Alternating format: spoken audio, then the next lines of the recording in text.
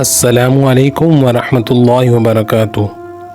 آج ہم آپ کو لے کر جا رہے ہیں تاریخ کے ایک عظیم ایسے باب کی طرف جس میں صبر، عبادت، علم اور ظلم کے خلاف خاموش مگر باوقار مزاحمت کی عظیم داستان پوشیدہ ہے۔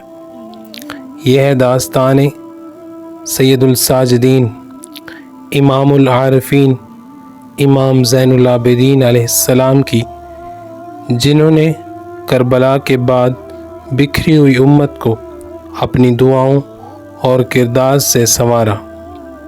آئیے امام زین العابدین کے حیات طیبہ کا تفصیلی سفر کرتے ہیں۔ پیدائش اور نسب۔ امام زین العابدین علیہ السلام کی ولادت مبارک 5 شعبان 38 ہجری کو مدینہ منورہ میں ہوئی۔ آپ کا اسم گرامی علی بن الحسین ہے۔ آپ کی والد امام حسین علیہ السلام اور والدہ حضرت شہزادی شیر بانو تھیں، جو ایران کے بادشاہ یزدگرد کی بیٹی تھی۔ یوں آپ کو عرب عجم دونوں کا فخر کہا جاتا ہے۔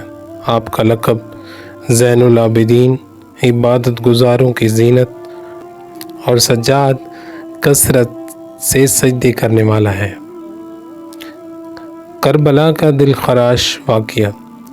جب 10 محرم 21 ہجری کو میدان کربلا میں امام حسین علیہ السلام کے تمام ساتھی اور خاندان کے افراد شہید ہو چکے، تب امام زین العابدین علیہ السلام شدید بیماری کی حالت میں خیمے میں موجود تھے۔ آپ کو قتل نہیں کیا گیا کیونکہ آپ بیمار تھے اور اللہ کی مشیت یہی تھی کہ امامت کا سلسلہ باقی رہے۔ یزیدی فوج نے جب خیموں کو آگ لگائی تو امام سجاد کو بیڑیوں میں جکڑ کر قید کر لیا گیا۔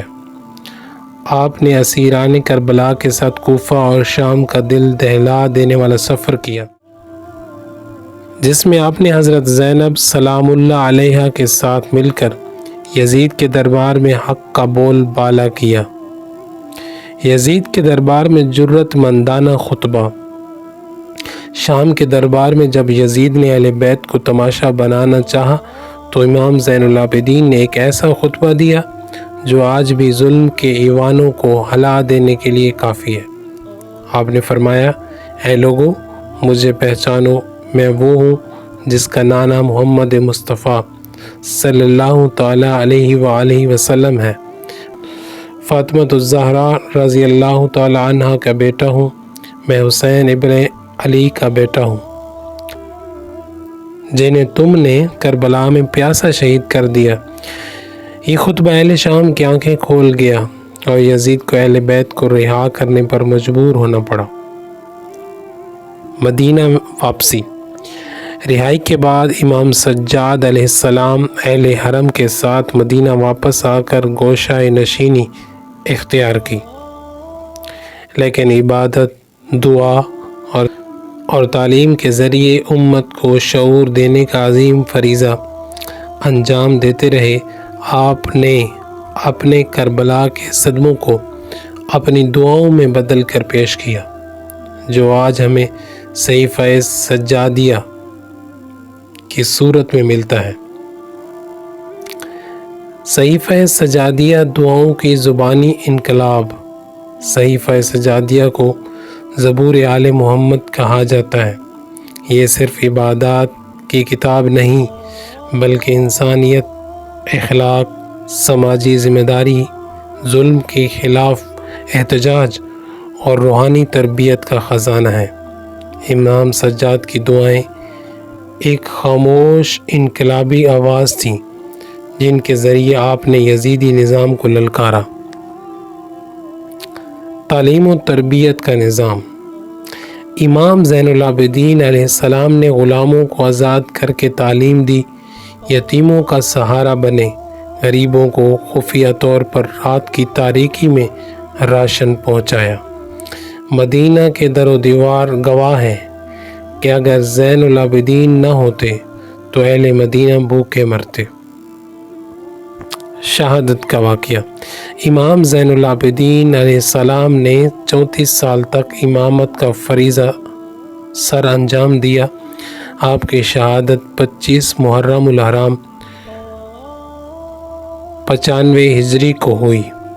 بعض روایات کے مطابق ولید بن عبد المالک کے حکم پر آپ کو زہر دے کر شہید کیا گیا۔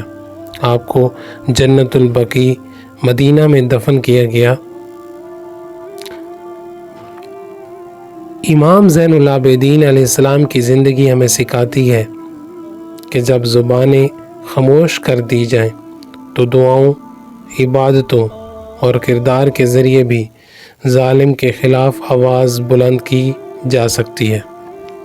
آج ہمیں امام سجاد علیہ السلام کے اس درس بنانے کی ضرورت ہے جہاں صبر کے ساتھ حق پر قائم رہنا اور ظلم کے خلاف خاموش مزاحمت کرنا سکھایا جاتا ہے۔ اگر آپ کو یہ ویڈیو پسند آئی ہو تو ہمارے چینل کو ضرور سبسکرائب کریں اور اس ویڈیو کو آگے شیئر کریں تاکہ پیغام اہل بیت ہر دل تک پہنچ سکے۔